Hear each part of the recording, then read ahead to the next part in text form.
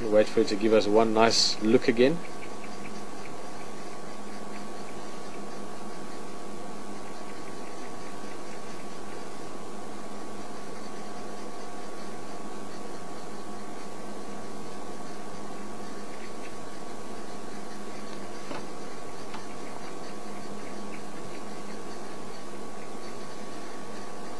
Come on, mister. One last look.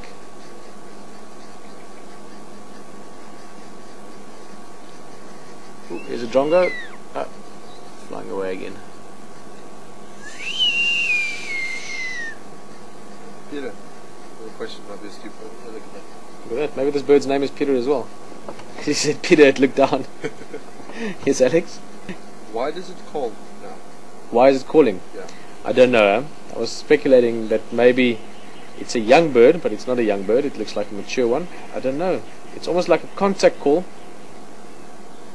But they don't live. I don't know that much about giant eagle owls in the sort of extreme detail, but they don't live in pairs as far as I know.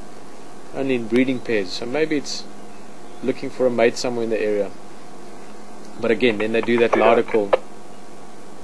How do you call it, Peter? Fine, Jan. Sorry, Peter, I just got an email from Emma, experienced with owls, and she says this is a hungry cry. Yeah, it's a form of hyena cry, but this is a hungry cry. Alright, thanks, Jan. And thank you, Emma. Emma's got a lot of experience with owls. I presume you maybe work with owls or maybe studied them. And that's one of the other great things. Having so many people with us on the drive here, there's all kinds of expertise out there. So please, if you have specific information, I'd love to always learn.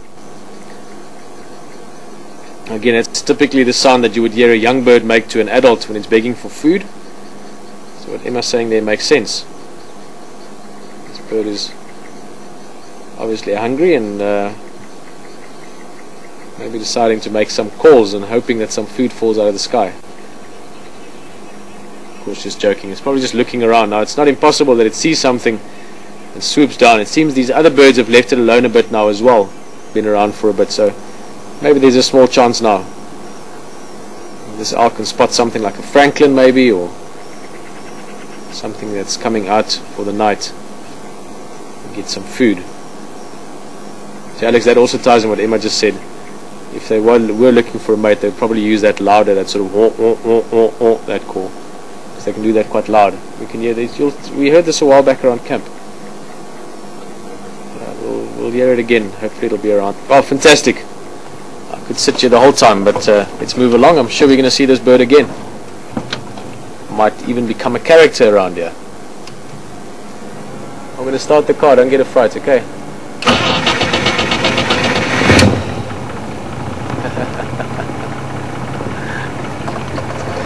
Checking us out. Oh, you're amazing. Cheers. Look at that. Still looking at us. Unbelievable. Absolutely incredible. Wow. One last look, Alex. So just from a different angle again. I can't. Can't. Is that as far as you go?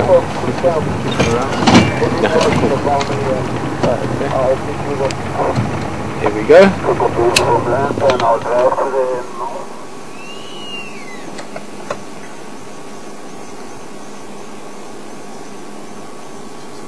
Degrees or so, 3/4 of a circle around. So essentially it can turn its head to the right side, but turn it to the point where it can look over its left shoulder, if you know what I mean. Turn the neck very far around. Look at the white markings on the shoulder.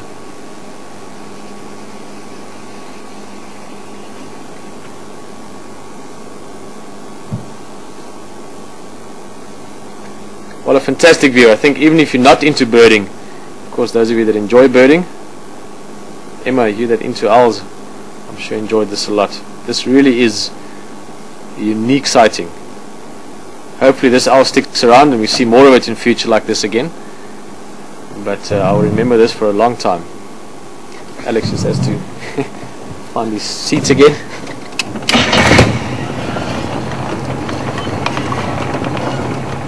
Out at the moment.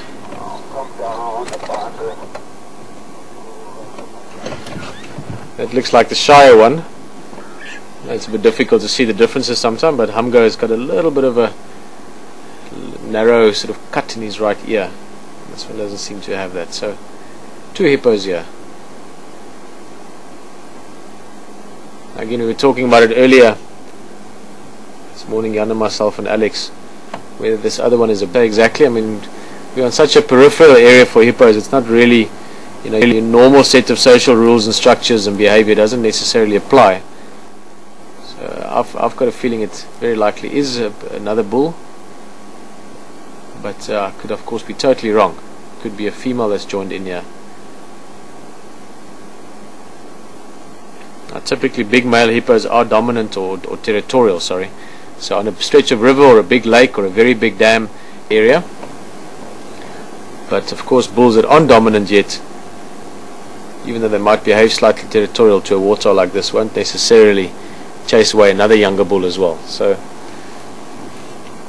there's various possibilities for what this other one could be. But just in terms of where we are, it's not that likely for a female to really come up here on a permanent basis.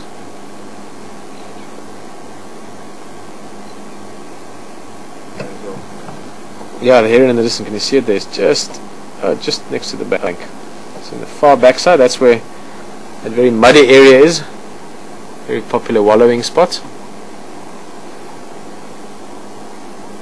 I don't know what the heron is hunting at the moment, maybe looking for frogs, but it's mostly mud there.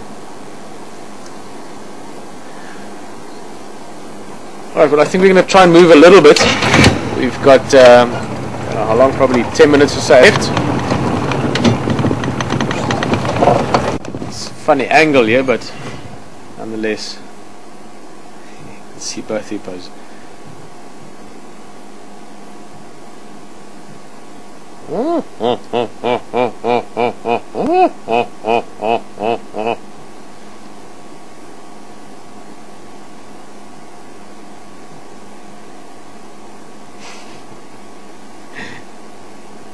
Strange animals. And just the ears peeking out.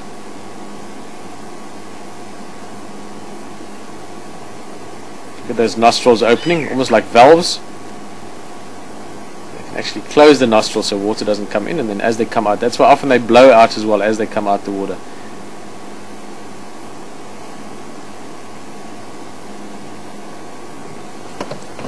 We'll leave them in peace. Whole different size from the one we saw earlier on the drive. Spotting there, Alex, it looked like a stick for a while. This buffalo was literally just moving along the road. It's turning slightly now. But a very, very big one, nice and healthy, nice and fat. Obviously this little bit of rain that we had now and this bit of strange weather, it's getting more reptiles active. I've seen a few other lizard tracks as well. This is our second puff at it tonight, this afternoon.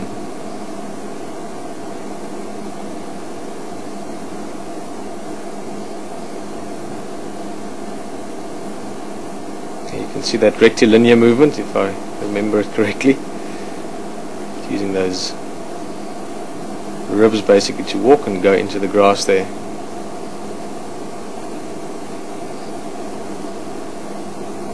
Like you're seeing on the demos, Peter and Alex still in the game drive vehicle. I think they're just quickly packing the cameras up and also taking the mast off, or the antenna off. So yes guys, from my side as well, thank you very much for joining us. It was a brilliant afternoon drive, awesome drive really, and have a great day, have a great night depending on where you are in the world. Bye bye.